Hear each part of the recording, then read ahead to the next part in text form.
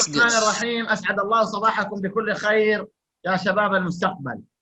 أبنائي طلاب الشعبة 2، قبل ما أبدأ الدرس أوجه شكري الجزيل للطلاب اللي رسموا رسمة الواجب وكتبوا الاستبيان، وأحفز البقية إنهم يكملوا العمل. درسنا اليوم بسيط وهو اليوم أرسم الصورة معنا. السلام عليكم. عليكم السلام. درسنا اليوم بسيط يتحدث عن الطيور. لو سألك واحد وقال عرف الطائر، ما هو الطائر؟ نسمع الآراء. يلا سامي يا بشري، يعني ايش طائر؟ يلا يا سيد.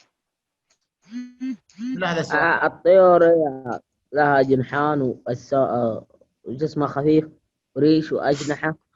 ممتاز. سن. هنالك مقولة تقول ليس كل طائر يطير، وليس زي البطريق. ليس كل طائر يطير مثل البطريق. شوف، لا يطير هو طائر، وليس كل ما يطير هو طائر. أعطيني شيء يطير لكنه ليس طائر. كيف؟ الذباب. ليش؟ الذباب. ايوه صح. الحشرات، الخفاش، هذه ليست من الطيور. اهم ما يميز الطيور احنا عارفين يعني ذكرناها، الريش وهو من الاشياء المهمه. حناخذ ايضا بعض الصفات الثانيه التي تهمها تبينها. الاخ احمد السيد ما قصر، قال ان لها ريشا وعظاما خفيفه وعدم نزوع. فاول حاجه يا ساده يا كرام نحدد الفكره الرئيسيه. من يقرا الفكره الرئيسيه؟ وهب الخالق جل وعلا للطيور ريشا وأجنحة وعظاما خفيفة الوزن وتكيفات أخرى تسمح لها بالطيران. ممتاز. تعالوا نروح نشوف. حدد عليها. ايوه، خصائص الطيور. انا حددت امس وارسلت لكم التحديد. انا الان لما احدد يتاخر التحديد شويه، لكن هذا الصورة سوداء يا أستاذ. الشاشه سوداء دحين عندكم، صح ولا لا؟ اي يتاخر التحديد. اول ما تجيكم محدده. حتى لو ما جاتكم انا ارسل لكم المقطع ان شاء الله مصور زي امس. خصائص الطيور. اول الخصائص ان له ريش. وهنالك انواع كثيره من الطيور. كم عدد انواع الطيور؟ أكثر من 8600. 65. ممتاز. 8600 نوع. طيب اذا هي اكثر الفقاريات تنوعا. تختلف في احجامها. اعطوني طائر صغير الحجم. الطائر الطنان. ممتاز، هذا صغير زي الحشرات. واعطوني طائر كبير الحجم. ناسر. النعام هذا تقول جمل. ممتاز.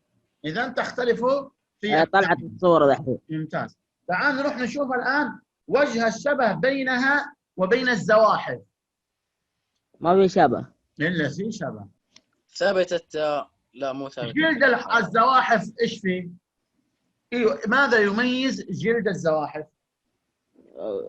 قاسي ما ادري قوي. ممتاز. قاسي. معنى مغطى بحراشف قاسي. ارجل الطيور مغطاه بحراشف قاسيه تشبه بذلك الزواحف. هذه وجه الشبه. الوجه الشبه الثاني انه كلهم يتكاثرون بوضع البيض الرهلي اللي اخذناه في الحصص الماضيه واخذنا عليها واجب. اذا ايش الشبه بين الطيور والزواحف؟ انها تضع بيوضا رهليه، وان ارجل الطيور مغطاه بحراشف تشبه الحراشف المغطيه للزواحف. من يعيد؟ انا ابغى واحد شاطر. يلا براء. انا تفضل يا احمد. والله براء يعني. انا ابغى البراء وسامي يفكوا المايك. يلا من حيقرا لي؟ قلنا شيئين يشتركوا فيه الطيور والزواحف. ايش؟ براء اعطني واحده. حراشف. وجود الحراشف في اقدام فقط، اقدام الطيور وأجسام الزواحف. والفرق الثاني أحمد سيد البيض. كلها تتكاثر بالبيض الرهلي. ممتاز. تتميز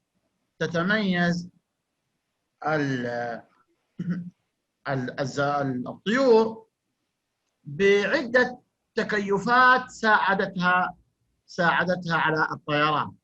من مثال على ذلك وجود الريش، العظام خفيفة الوزن. الريش أغطي جسمه عشان السلام عليكم.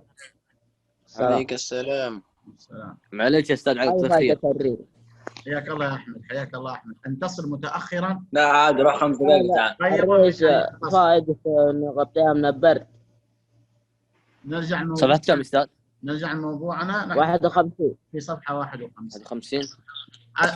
ممتاز. الريش يعني يدفيها من البرد. ممتاز.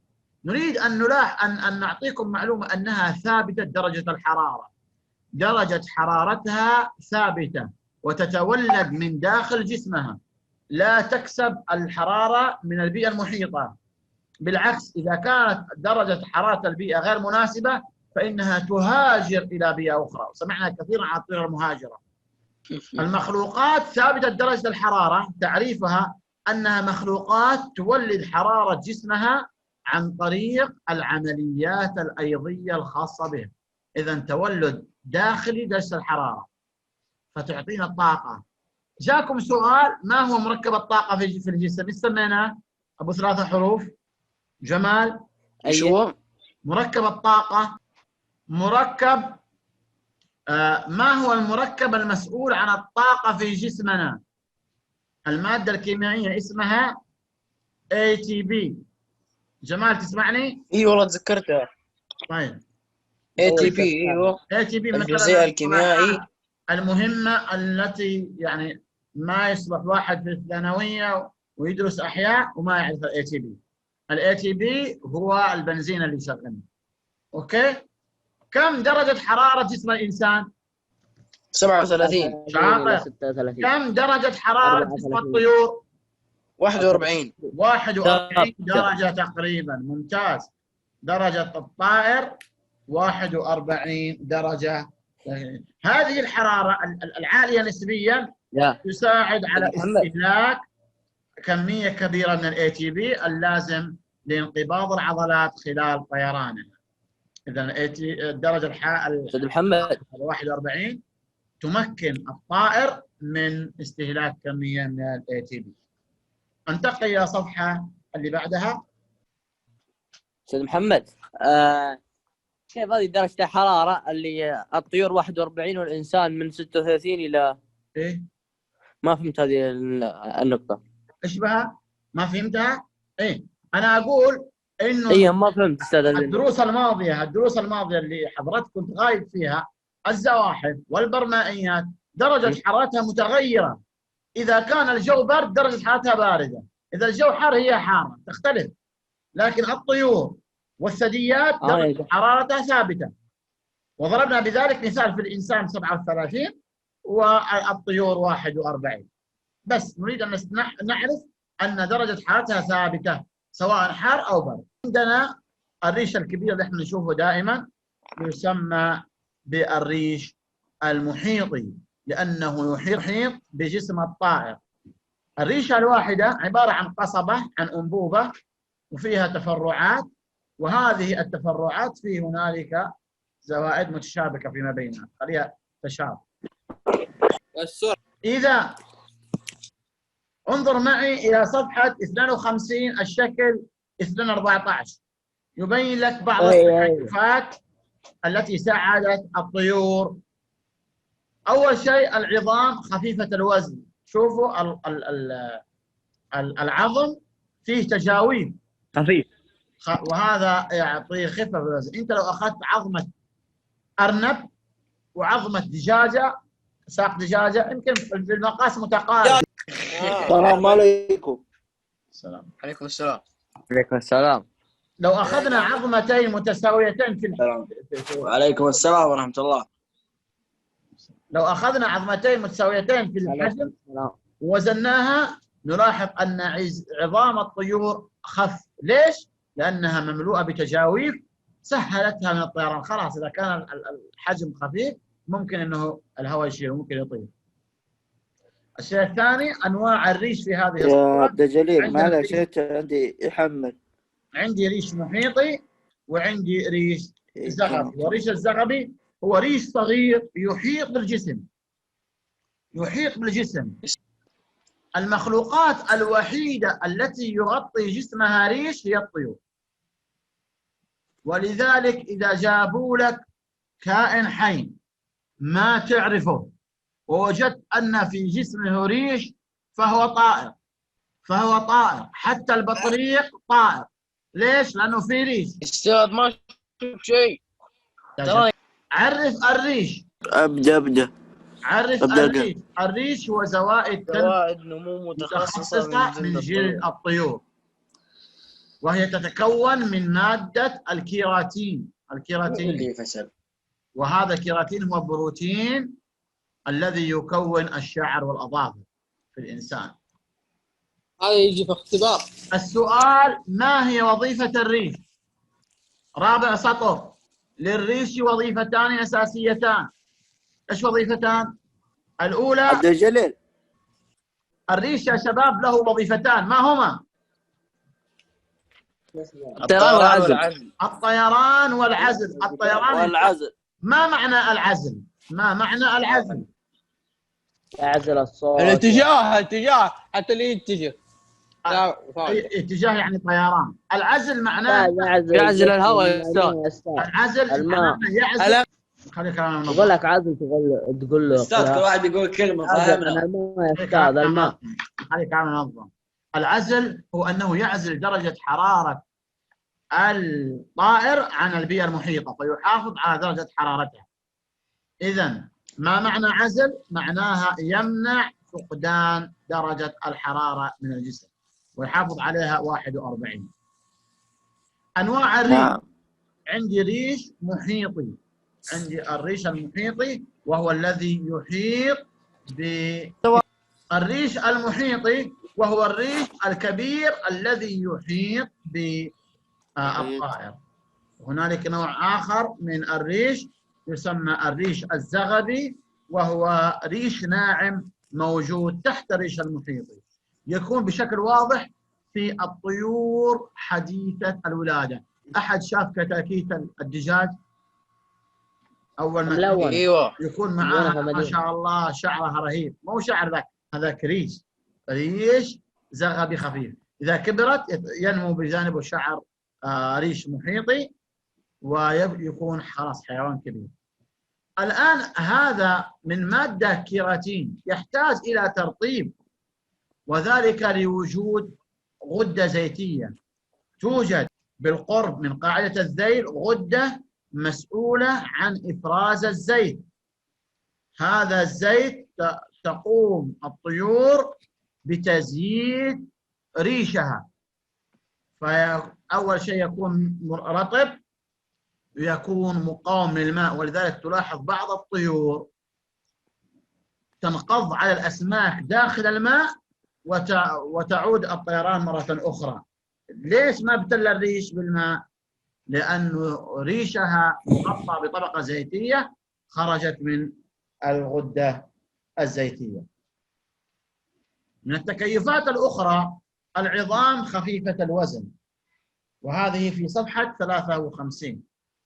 إذا العظام الخفيفة الوزن مكنت الطائر من الطيران بسهولة. ليش خفيفة الوزن؟ لأن العظام تحتوي على تجاويف هوائية. واضح يا شباب؟ أسأل؟ واضح. أسأل: لماذا عظام الطيور خفيفة الوزن؟ عشان الستات تقدر تطير. تساعدها على الطيران. طيب ايش السبب؟ نعم. ايش السبب؟ ليش خفيفة؟ مو باين شيء. ليش خفيفة؟ عشان السادة تطير عشان تساعدها على احنا قلنا خفيفة تساعدها بالطيران. ايش السبب؟ ايش خفيفة؟ ايش جوتها؟ ماذا يوجد داخل العظام؟ انبوب مدري شنو. يوجد تجاويف داخلية يا شباب. ايش استاذ؟ تجاويف داخلية، تجد تجاويف هوائية. هذه التجاويف ممنوعة بالهواء. عظمة الترقوة يا شباب، عظمة الترقوة أيضا من التكيفات، تتكون من التحام عظمتين لاصقة في بعض ملتحمتين. التحامها يجعلها أكثر صلابة وتجعل العضلات تستند عليها. من التكيفات أيضا عظمة القص. أحد يعرف عظمة القص يا شباب؟ ركزوا. لا والله ما اعرف. بعطيك مثال. الآن لما تشتري الدجاجة في النص تجي تحصل حاجة ايوه ما هي عظم ولا هي لحم، غضروف زي مادة الأذن. شحم. شحم. ايه سرقنا استاذ بعدين صح؟ شكلها مثلث شحم. كذا. شكلها ايوه ما مثلثي كذا، صح ولا لا؟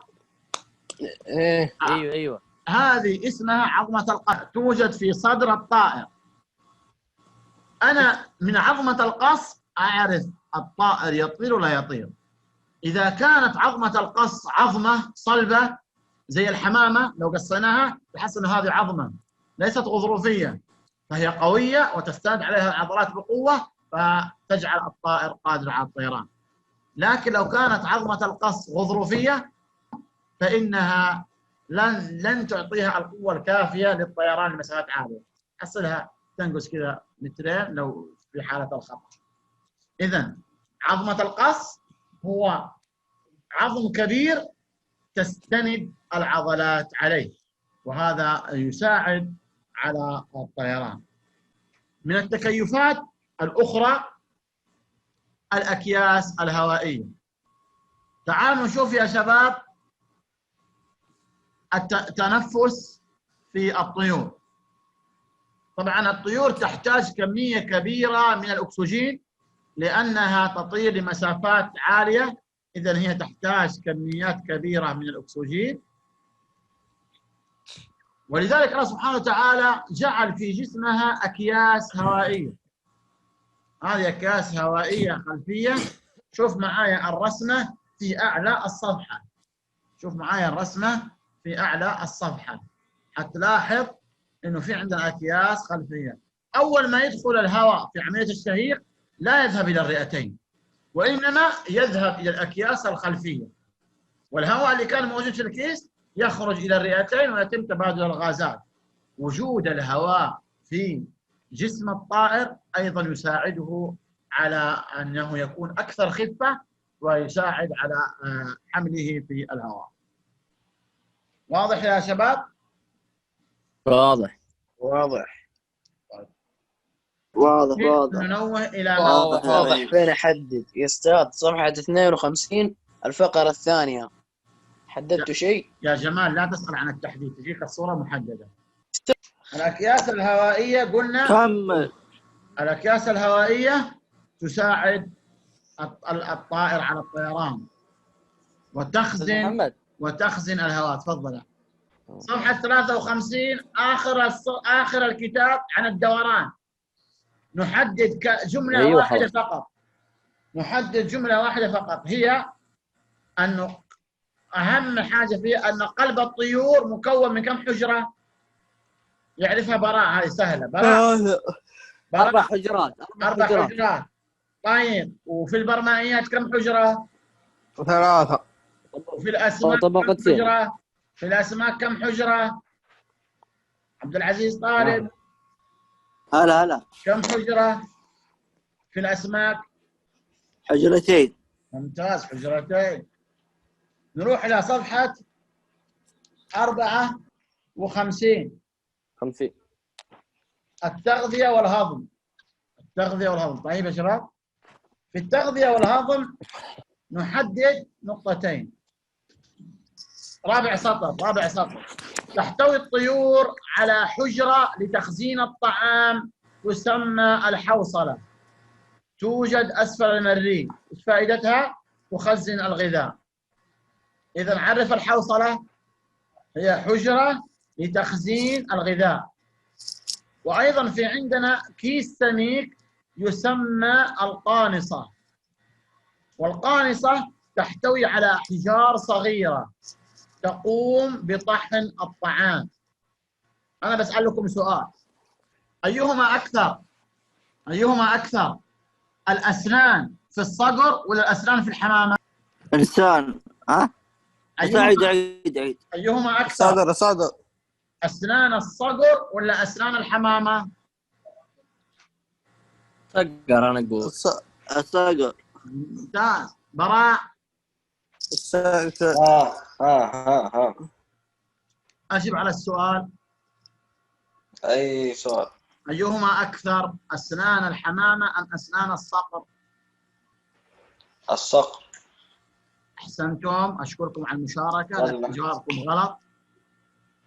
جميع الطيور تحتوي على منقار بدون أسنان. تحتوي على منقار بدون أسنان، فالمنقار مهمته ابتلاع الأكل. ولا استغربت اصلا انه فيها اسنان. طيب قولي ما فيها. طيب ليس لها أسنان. بس أنت أعطيتنا خيارين. أنت الحصة يا خلصت الصقر يا ذا. شغل مخك. عموما عشان أخلص، عشان باقي لي 5 دقائق. إذا ما عندها أسنان. طيب أكلت الأكل لقمة كبيرة، كيف تطحنها؟ كيف تهضمها؟ في عندها كيس يسمى القانصة فيه حجاب. إذا مر هذا الطعام يا عبد العزيز بهذه الحوصلة، فإن الحجارة فيها تقوم بعملية طحن الغذاء وتقوم بعمل الأسنان. الإخراج تخرج فضلاتها تخرج فضلاتها بواسطة الكليتين. ما يميز الطيور يا شباب أنه ليس لها مثانة، وهذا تكيف للطيران. ليش انه تكيف طيران؟ اشرحوا لي. هذا جمال يقدر يجيبها. جمال. هلا. جمال. السؤال الطائر ليس له مثانة بولية. هل هذا التكيف يساعده على الطيران ولا لا؟ نعم أكيد. نعم، لأن المثانة البولية كيس، إذا كانت موجودة فإنها سوف تمتلئ بالبول أعزكم الله، مما يثقل على الطائر، يزيد وزنه. ولذلك الطائر ما عنده مثانة بولية. أول ما تتجمع شوية فضلات خرجت عن طريق فتحة المذرة. وش فتحة مظهر ذي يا حجة؟ عنده فتحة المخرج الوحيد، المخرج وهو يخرج مخرج واحد للبيض ولفضلات الطعام. حدثنا عن هذه في حصة في الأسنان. سبحان الله. الصورة في صفحة 55 يبين لك اختلاف المنقار باختلاف الغذاء. الصقور منقارها حاد لأنه يمزق اللحم.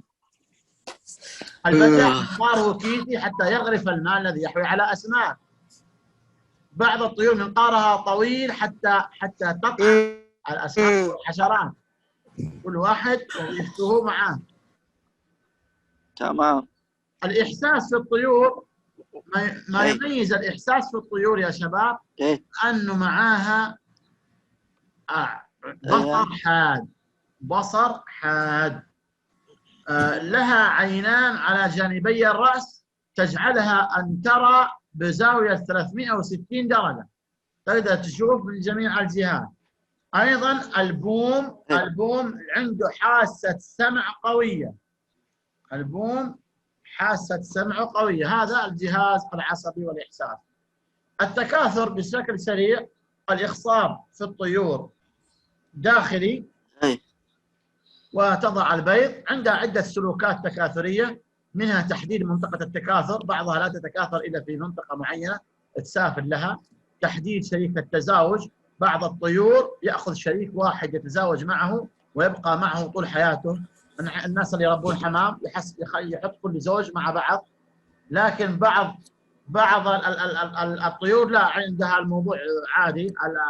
الديك ممكن يتزوج 10 دجاجات عادي. هناك سلوك بين الطيور مثل سلوك المغازلة، وهذا لجذب الشريك. سلوك بناء الأعشاش وحضن البيض وإطعام الصغار، كل هذه من علامات التكاثر. ملاحظة أخيرة هو الحضانة. الحضانة يقصد به حضن البيض حتى يفقس، ترقد الطيور على البيض حتى يفقس. أنه أكثر من 5000 نوع، قسمت إلى 27 رتبة، وتختلف ما بين الصغير وما بين الكبير، وأكثرها هي رتبة العصافير التي تسمى الطيور المغردة أو الجاثمة. وتختلف في بعضها تسبح، بعضها تسبح بالطريق، وبعضها تطير، وبعضها لا. الطيور مهمة في البيئة يا شباب، لأنها قد تكون غذاء وقد تفترس، فوجودها مهم للبيئة. ومما يؤثر على الطيور، بيئة الطيور، تدمير بيئة الطيور، وهذا يؤدي إلى انقراضها، أو التجارة الغير قانونية والصيد الجائر لها، فإنه يؤدي إلى انقراضها، خاصة طيور ثمينة مثل طيور الزينة التي تربى في الأقفاص. طائر مكاو لم يبقى منه إلا 70. أستاذ دحين أنا شايف كويس.